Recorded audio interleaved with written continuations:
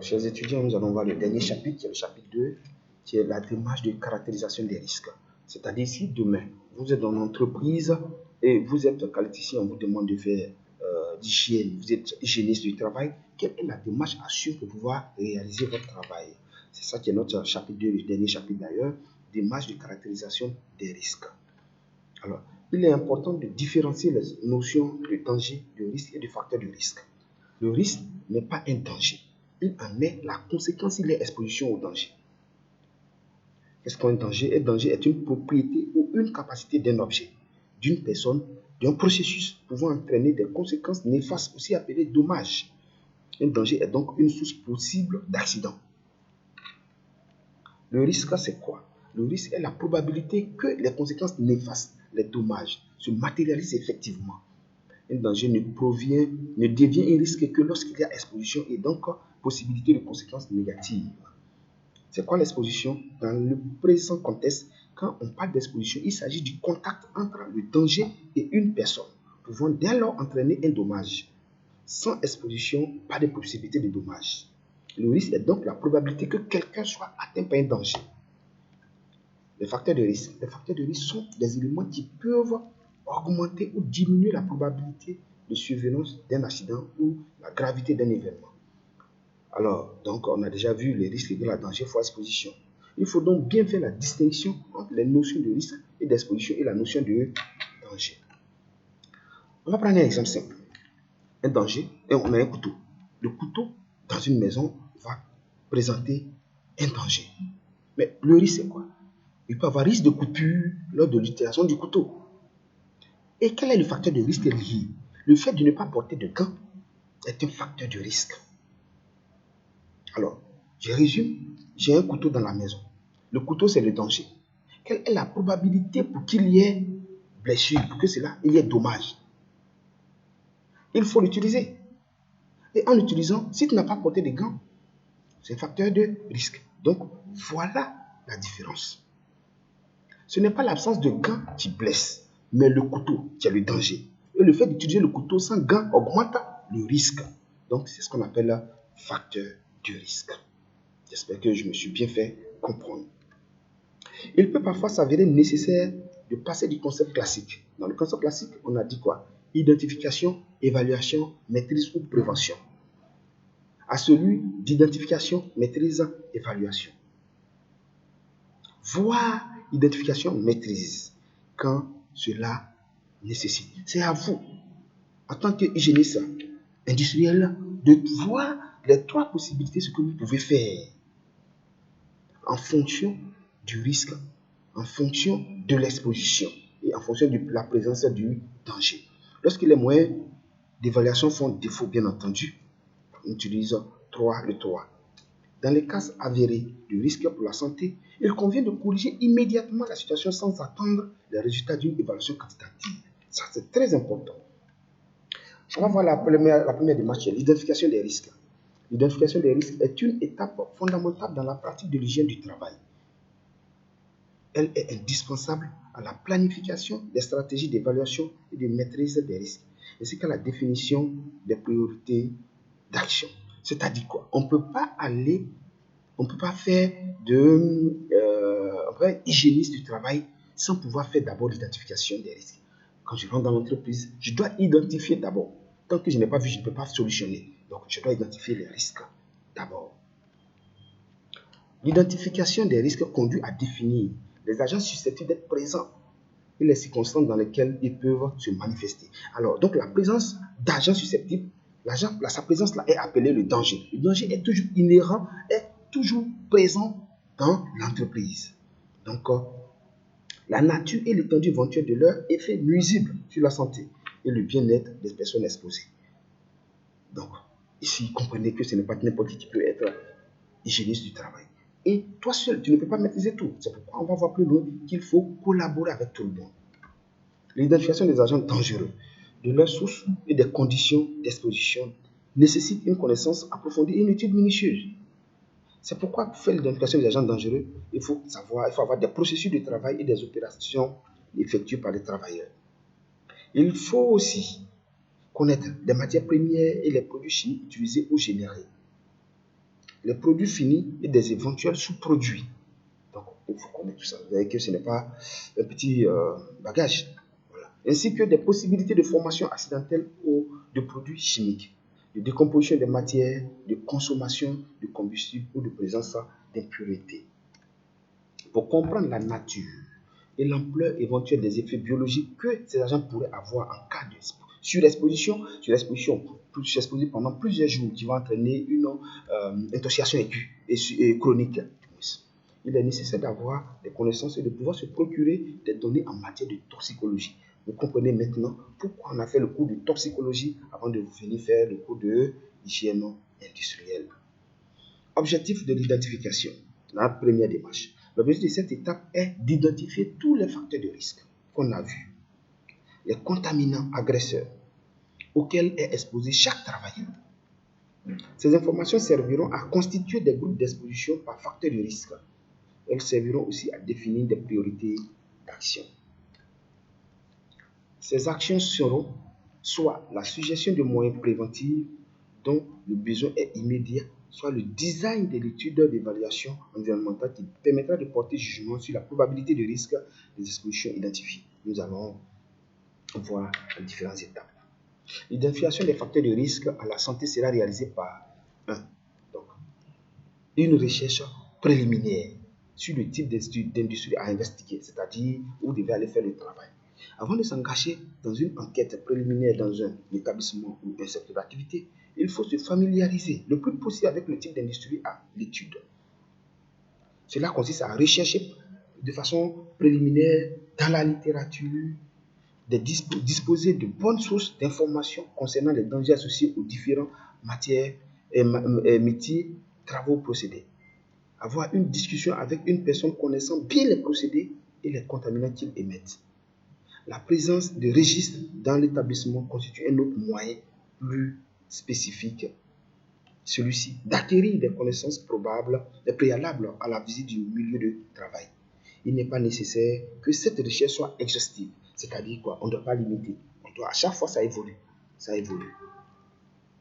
Deux, il faut une enquête préliminaire sur les lieux de travail, c'est-à-dire la cueillette des informations concernant. Donc, premièrement, vous êtes allé vous familiariser avec votre entreprise. Vous avez cherché des informations sur votre entreprise. Il va falloir faire maintenant une enquête sur les matières premières, l'identification des substances pures d'un produit, le mode d'exposition et le profil d'exposition. Je vais donner quelques exemples. En exemple 1, dans le cas des agresseurs chimiques, là où les voies d'entrée, l'inhalation, contact cutané, injection. Donc, c'est maintenant une enquête préliminaire sur les agresseurs, les voies d'entrée. Dans le cas des radiations ionisantes, l'exposition de sources internes, l'exposition de sources externes. Il faut l'évaluation subjective de l'exposition et l'évaluation des moyens de contrôle utilisés. L'évaluation subjective de l'exposition. On peut aussi cette évaluation selon 3 classes. Faible, moyenne, élevée. Faible. L'exposition observée est jugée plus petite que la moitié de la norme d'exposition. Donc, ici, il y a un mot qui intervient, la norme. Il faut toujours se référer à la norme. Vous ne pouvez pas faire ce travail-là sans avoir des normes. C'est-à-dire, si je suis dans une pièce, quelle est la norme de produits chimiques, quelle est la norme de produits biologiques, etc. Dans tous les cas, il faut aller jusqu'au fond. Donc, moyenne, l'exposition observée est jugée être entre plus grande ou égale la moitié de la norme et la norme plus petite. Quand l'exposition ou bien l'évaluation élevée, l'exposition observée est jugée être égale ou plus grande que la norme d'exposition. L'évaluation des moyens de contrôle utilisés. L'objectif de l'enquête préliminaire est de recueillir sur les lieux de travail toutes les informations pertinentes à l'identification des facteurs de risque à la santé. Ces informations incluent évidemment celles que l'on obtient par l'utilisation des sens, l'ouïe, vue, odorat, etc. Les autres sont obtenus des personnes ressources de l'établissement, c'est-à-dire il faut aller causer avec eux pour avoir des informations. Ce sont des informations que l'intervenant doit compiler. Et comment on doit compiler? 1. Les départements ou divisions physiques de l'établissement. C'est dans quel département je vais faire l'enquête? C'est dans quel département je vais faire mon travail? 2. Les opérations effectuées et la durée. Qu'est-ce qu'on fait dans l'entreprise? Et ça dit combien de temps par jour, par semaine? Et ça va se faire sur combien de temps? Les matières premières ou produits utilisés pour faire ce travail, les appareils et machineries utilisés, c'est ce qu'on appelle le procédé. Les facteurs de risque, contaminants, agresseurs, identifiés, ainsi que le mode d'exposition. Sixièmement, les moyens de protection individuelle et collectifs. Et 7, le nombre de travailleurs exposés, leur profession et une fonction spécifique. Donc, la deuxième partie maintenant, c'est l'évaluation des risques. On a vu en un l'identification. On a identifié le risque. Donc, je suis allé, s'il y a risque, je vais faire quoi maintenant? Je vais évaluer. Cette étape vise normalement la connaissance du niveau et de la durée des expositions et des facteurs qui déterminent ou contribuent à l'exposition du travailleur. On veut ainsi apprécier ou évaluer le risque associé à l'exposition. On a dit quoi? Risque égale à quoi? Danger multiplié par exposition. Donc, l'exposition joue un rôle déterminant dans l'évaluation des risques. L'objet est de déterminer les populations à risque, les travailleurs exposés à un contaminant, en vue d'effectuer la surveillance médicale et environnementale qui s'impose. On a parlé de design de l'étude d'évaluation, qui est un des points de l'évaluation. Comme il peut donc y avoir plusieurs objets à l'évaluation environnementale, il importe donc à l'étape du design de l'étude d'évaluation environnementale de bien préciser le ou les objectifs poursuivis. Lorsque l'on conçoit une étude d'évaluation de la qualité du milieu du travail, on doit répondre aux questions suivantes. Pourquoi? Donc ces questions vous rappellent notre cours de qualité. Pourquoi? L'objectif spécifique visé par l'échantillonnage. Quoi? Le ou les contaminants visés. Qui? Le nombre de travailleurs exposés aux contaminants. Comment? Le type d'échantillonnage et les instruments nécessaires. Où et qui? Les endroits ou postes visés et le nombre de travailleurs à échantillonner. Donc, échantillon du nombre de travailleurs exposés, bien entendu. 6. Quand? Le choix du moment des échantillonnages, la durée des prélèvements et leur répétition. En 2, après avoir vu le design de la préparation pour l'étude. Donc, dans la préparation de l'étude, nous allons voir les sous-étapes qui en a, les méthodes de mesure ou méthodes d'échantillonnage et d'analyse. Une fois le choix des contaminants à évaluer fait, il faut s'assurer qu'une technique de mesure ou une méthode d'échantillonnage et d'analyse est disponible. Il ne faut pas aller t'asseoir. Bon, il faut faire ça. Non. Une fois que tu as évalué, il faut faire des prélèvements. Il faut aussi s'assurer de bien connaître le protocole d'évaluation de l'exposition à ces contaminants. Mais on ne va pas se ridiculiser. Dès que tu vas dans l'entreprise, il faut connaître ce que tu vas faire. Une fois qu'on a fait les mesures et les méthodes de mesure, nous allons faire l'étalonnage et la vérification des équipements d'échantillonnage. Que l'évaluation de l'agent agresseur soit effectuée avec un instrument à lecture directe ou à l'aide d'un train d'échantillonnage. L'échantillonnage, c'est le fait d'aller prélever un échantillon. Et ça peut être sur l'homme, ça peut être dans l'environnement, etc. C'est les autres équipements nécessaires pour l'étude. Il s'agit à cette étape de vérifier que tous les appareils et fournitures nécessaires soient rassemblés d'abord. Les équipements de protection individuelle. Il faut se munir de l'équipement de protection individuelle gants, casque, lunettes, salopettes, bottes, respirateurs, protection auditive, etc. qui permet de travailler, parfois encombré, sans craindre les effets des contaminants que l'on évalue. Donc, ça dit ça n'engage que la personne qui va aller travailler. La personne qui va aller travailler doit être munie de ces éléments, de ces épis avant d'aller travailler. Et le règle est l'échantillonnage. Malgré le développement d'une belle stratégie d'échantillonnage, on se retrouve souvent devant une réalité dans l'établissement qui empêche le déroulement de l'étude telle que prévu. Donc, design. On va voir maintenant la conduite de l'étude. Avant de débuter l'étude, on doit d'abord confirmer les conditions présentes dans l'usine avec le représentant de l'établissement et des travailleurs pour s'assurer que les conditions sont représentatives, normes des opérations, des conditions élevées de l'enquête préliminaire. Il faut aussi vérifier la disponibilité du personnel impliqué, travailleurs à échantillonner, contremaîtres, représentants des travailleurs, etc. Pour chaque prélèvement, il faut noter tous les paramètres de l'échantillonnage, c'est-à-dire le numéro de l'échantillon et de la pompe, l'heure du début et de la fin de l'échantillonnage, le débit indiqué sur l'appareil et l'heure de lecture. Il faut aussi relever toute observation significative concernant les facteurs explicatifs de l'exposition. Ça, c'est des reconnaissances personnelles. Concernant les caractéristiques de la ou des sources d'exposition, donc les missions concernant les mécanismes de propagation et de dilution dans l'environnement, concernant les méthodes de travail, tâches à exécuter. L'interprétation des données. Donc, il faut maintenant, tu as fait les données, tu as évalué, il faut interpréter. L'interprétation des données est la phase d'analyse des données d'échantillonnage. Cette analyse est faite en fonction d'un ensemble d'informations afin de répondre aux objectifs qui nous guident. Les objectifs plus particulièrement visés à cette étape sont l'évaluation du danger, du risque associé aux expositions.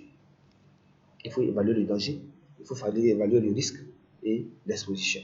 La définition de la population exposée à chaque contaminant, les facteurs de risque, les agresseurs. La surveillance périodique des expositions et ou l'évaluation des méthodes de contrôle. Et notre dernière étape qui est la prévention et la maîtrise des risques. On ne dit pas souvent, mieux vaut prévenir que guérir. Bien. L'hygiène du travail a pour premier objectif de prévenir et de maîtriser les risques par des mesures appropriées dans l'environnement du travail. On dit le travailleur doit travailler dans un environnement sain. Et un environnement sain, c'est un environnement qui ne peut pas traiter les maladies. Il faut travailler dans un environnement où tu as une situation sociale, mentale, un état mental, physique au top. Lorsqu'elles ne sont pas appliquées, les normes et réglementations ne sont d'aucune utilité pour la protection de la santé des travailleurs. Leur mise en œuvre implique habituellement des stratégies de surveillance et de maîtrise de l'exposition. L'absence de normes légales ne devrait pas constituer un obstacle à l'introduction des mesures requises pour prévenir les expositions dangereuses ou pour les réduire au niveau le plus bas possible. Donc, il faut réduire. Lorsque de toute évidence, les risques sont sérieux, il est recommandé d'opter pour une disposition de prévention avant même que les évaluations quantitatives ne soient effectuées. Donc, avant de faire, qu'une fois que vous avez identifié, avant de passer à l'étape d'évaluation, non, il faut trouver une solution. Il faut prévenir d'abord. Voilà, c'est très important. L'action préventive devrait, d'une façon ou d'une autre, interrompre la chaîne de transmission de l'agent dangereux, produits chimiques, poussières, sources d'énergie, depuis la source jusqu'au travailleur. Il existe trois grands types de maîtrise de l'exposition. Les moyens de prévention technique, les méthodes de travail et les mesures individuelles. L'approche la plus efficace consiste à mettre en œuvre des moyens de prévention technique qui empêchent l'exposition grâce à l'aménagement du milieu de travail, réduisant ainsi le besoin d'initiative de la part des travailleurs ou d'autres personnes potentiellement en danger. Il s'agit généralement de modifier les processus ou de mettre en place des structures mécaniques ainsi que de supprimer ou de réduire l'utilisation, la formation, la libération d'agents dangereux à la source. Lorsqu'il n'est pas possible d'éliminer la source, il faut alors empêcher ou freiner la propagation des agents dangereux dans l'environnement de travail de la façon suivante. En les confinant, en les éliminant aussitôt formés, en prévenant leur propagation, en réduisant leur concentration ou leur intensité. Les mesures de maîtrise des risques qui agissent directement sur la source constituent la meilleure technique parce qu'elles permettent d'éliminer l'agent dangereux ou d'en réduire la concentration ou l'intensité. Les mesures de réduction à la source comprennent la substitution des matériaux, les substitutions modifications des processus ou des équipements et l'amélioration de la maintenance. Lorsqu'il est impossible de modifier la source d'émission ou de la modifier suffisamment pour parvenir au niveau de maîtrise souhaité, il faut empêcher la libération et la dissémination des agents dangereux dans le milieu du travail, en bloquant leur voie de transmission grâce au confinement des procédés, systèmes fermés, enceintes, à l'aspiration, à l'isolement des travailleurs ou à l'installation de barrières et de boucliers. Vous voyez bien le cas patent de la situation actuelle, le coronavirus. Lorsqu'on ne peut pas éliminer, il faut respecter les règles barrières. Parmi les autres mesures visant à réduire l'exposition professionnelle, on peut citer une conception adaptée du lieu de travail, la ventilation des lieux par dilution ou déplacement, un nettoyage systématique et de bonnes conditions de stockage. Les étiquettes et les panneaux d'avertissement peuvent aider les travailleurs à appliquer les règles de sécurité dans leur travail. Les systèmes de surveillance et d'alarme s'avèrent aussi parfois nécessaires. Il peut s'agir, par exemple, de dispositifs de surveillance du monoxyde de carbone autour des fours, du sulfure d'hydrogène dans les stations d'épuration et d'appareils de détection du manque d'oxygène dans les espaces confinés. Enfin, l'exposition professionnelle peut être évitée ou réduite en équipant le travailleur d'une protection au point d'entrée critique de l'agent dangereux. Si c'est la bouche fermée, si c'est le nez, la peau, il faut protéger ça. Soulignons que toutes les autres possibilités de prévention des risques devraient être envisagées avant de recourir aux équipements de protection individuelle, car ces derniers constituent le moyen de prévention le moins satisfaisant, notamment pour se prémunir contre les polluants dispersés. L'éducation et la formation sont très importants, l'hygiène personnelle et la limitation de la durée d'exposition sont autant d'autres mesures de prévention individuelle. Les évaluations en continu par les contrôles d'ambiance et la surveillance médicale devraient faire partie intégrante de toute stratégie de maîtrise et de prévention des risques. Les mesures de prévention de la pollution de l'environnement et au sol, y compris une gestion adaptée des déchets dangereux, doivent également aller de pair avec les techniques de maîtrise des risques du lieu de travail. La prévention et la maîtrise des risques dans l'environnement de travail font appel à la connaissance et à l'ingéniosité. Il n'est pas toujours nécessaire de mettre en œuvre des mesures très coûteuses et compliquées pour limiter efficacement les risques. Les éléments à prendre en compte pour décider des stratégies et des techniques de maîtrise des risques à employer sont les suivants. Le type d'agent dangereux, sa nature, l'état physique, les effets sur la santé, les voies de pénétration dans l'organisme, le ou les types de sources, l'ampleur et les conditions d'exposition, les caractéristiques du lieu de travail et l'emplacement relatif des postes de travail. Alors, qu'est-ce qu'on peut retenir en conclusion? En conclusion, il faut dire que la prévention et la maîtrise des risques devraient faire l'objet de programmes intégrés, assortis d'objectifs clairs et gérés de façon efficace par des équipes multidisciplinaires composées d'hygiénistes du travail et d'autres personnes ou d'autres personnels de sécurité et de santé au travail, d'ingénieurs de production, de membres de la direction et de l'exploitation des travailleurs. Il faudrait en outre ne pas négliger les aspects tels que l'information sur les risques, l'éducation et la formation en matière de sécurité, de pratiques de travail et de procédures d'urgence. Enfin, la promotion de la santé devrait également trouver sa place dans ce cadre, car le lieu de travail est un endroit idéal pour encourager d'une manière générale des modes de vie sains et pour permettre en garde contre les risques encourus en dehors du milieu professionnel du fait d'activités dangereuses, comme pratique de tir sans protection appropriée ou fumée. Mesdames et messieurs, voilà ainsi prendre fin notre dernier module et nous nous retrouvons sur la plateforme pour échange. Je vous remercie.